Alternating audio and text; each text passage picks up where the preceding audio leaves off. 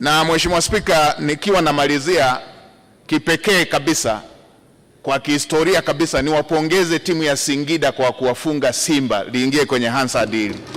Goli 3-1 ni ushindi mkubwa sana, mambo yaliyotokea kule Babati.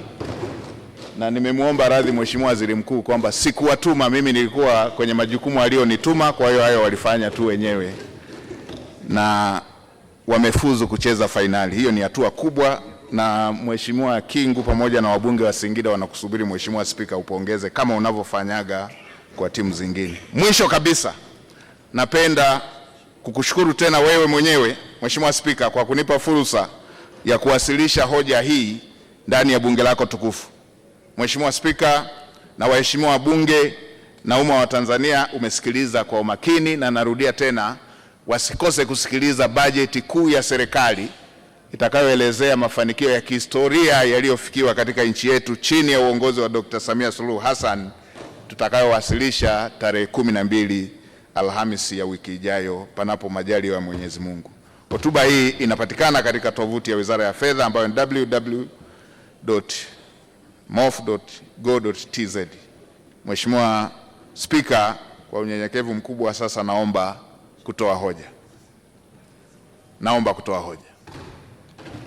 Waheshimiwa wabunge, hoja imeungwa mkono. Asanteni sana. Asante sana Mheshimiwa Waziri. Kabla hatujaendelea, wapo wageni ambao wako hapa ndani, ni watangaze kwanza, kisha tutamleta mwenyekiti aje asome taarifa yake.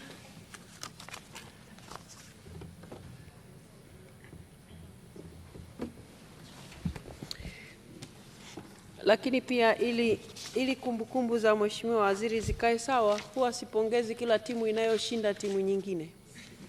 Huwa napongeza timu iliyopiga hatua fulani, kama ni hapa nchini au nje ya nchi. Na ndio maana hamjawahi kunisikia hapa nikiipongeza Mbeya City kwa kuifunga Stand United. Kwa hiyo sipongezi kwa magoli, napongeza kwa hatua, kwa sababu bunge hili ni bunge la wananchi, sio bunge kwa ajili ya ushabiki wa mpira, na kiti cha spika lazima pia kiwe na sura hiyo, sio sura ya kuegamia upande wowote wa timu. Kama ambavyo timu yoyote ambayo itashinda ligi kuu itapongezwa hapa ndani na kiti cha spika. Kwa hivyo sijajua itakuwa ni timu gani sijajua. Ama timu pia itakayoshinda kombe lingine itapongezwa. Kwa hiyo Mheshimiwa Waziri, uwe na amani kabisa. Hatupongezi kwa magoli.